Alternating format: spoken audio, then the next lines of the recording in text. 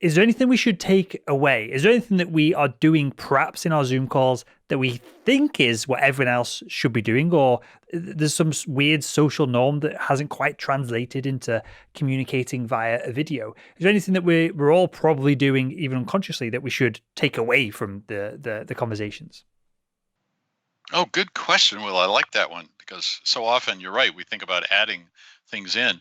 Uh, one of the one of the issues that's surprisingly hard to get around for people is the norm that's been around forever, that when we have a meeting, it goes for an hour or Hmm. half an hour.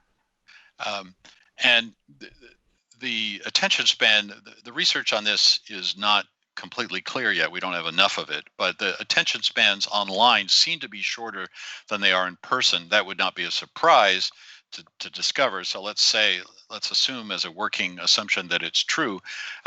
They seem to be about 7 to 10 minutes, the attention spans online.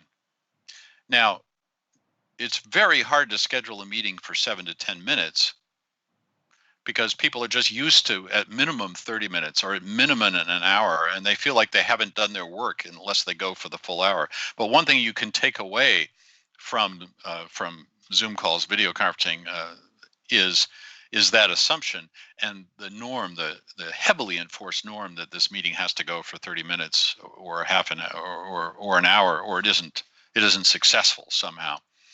You should feel free to make it shorter. And you should also look to vary what's going on about every 10 minutes just to keep the interest level. Now, there's a caveat here that your audience should understand, and that is that attention spans are not what most people think they are. So most people think of an attention span as, oh my God, I've exceeded your attention span. That means you're on a rocket ship to Mars. I'm never going to see you again, right? You're Sure. gone. And that's the way we think about it. Oh, I've lost their attention, then I'll never get it back. Attention spans are easy to lose or easy to exceed, but they're also easy to get back. It doesn't take much to re-engage people. If they're there on the call with you, they want to make a success of that call. Or if they're there in person, let's hope we are able to do that again one day.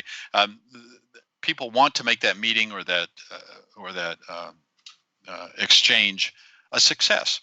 And so they're in there with you, trying, and they can renew their attention. It's not that difficult, but you do need to mix things up, and you need to do that consciously in an online meeting.